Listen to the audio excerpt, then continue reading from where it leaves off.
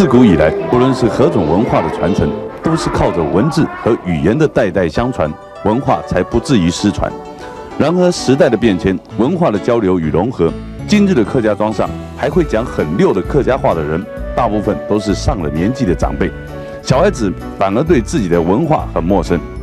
由于苗栗县大多数的居民都是客家人，为了传承客家优美的文化，位于苗栗县头份镇上的头份国小，对于本文化的传承，当然就更不遗余力了。校长不但重视此一文化教育的传承，更特别开辟了客家语文的教学课程。客家古谣啊，那个童谣哦，也係客家文化嘅一部分啊。所以我就對學校呢，將那個客家話列入為教學嘅重點之一啦。同時配合這個9年一貫課程嘅教學啊，也要教那個肢體鄉土語言啊，有一種快樂嘅心情來做事。因為我都看到客家文化漸漸嘅時代咧，所以我就希望加到這個學校嘅教育，來提升沙期嘅客家文化，繼續來將傳統優良嘅文化傳承下去，就係我一個清態嘅目的。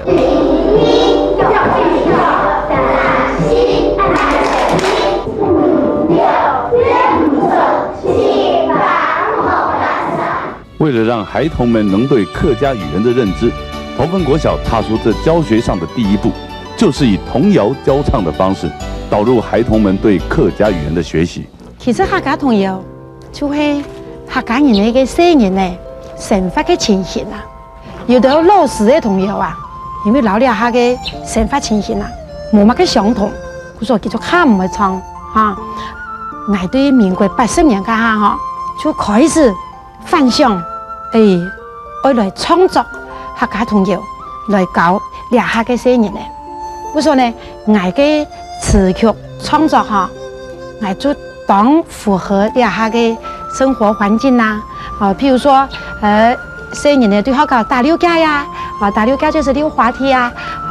然後上嚟其實會唱到遊來遊去，我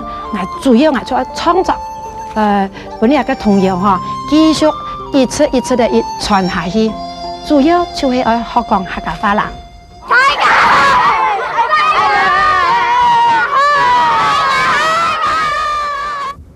除此之外，教学中更融入了诗歌的吟唱，请你听听看。后堂也冇堂，有讲也冇讲。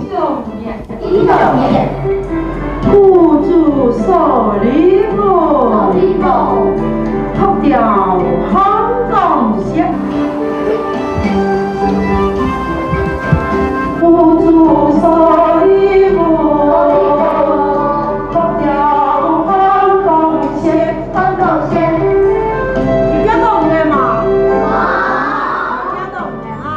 当然，头份国小的学童们能在这种既多元又丰富的教学之下，认识自己的母语文化，这其中多亏了林琴妹老师对客家童谣与诗歌的研究与创作，才能有今天这么突出的成果展现。我就對佢研究有客家話嘅詩詞吟唱，那同時呢，你講變到暑假，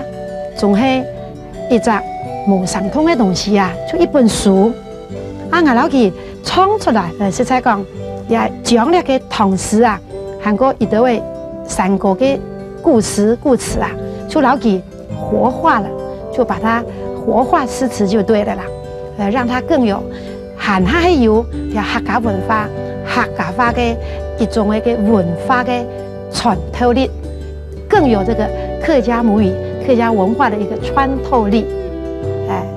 就是說讓客家話呢永久流傳萬萬年。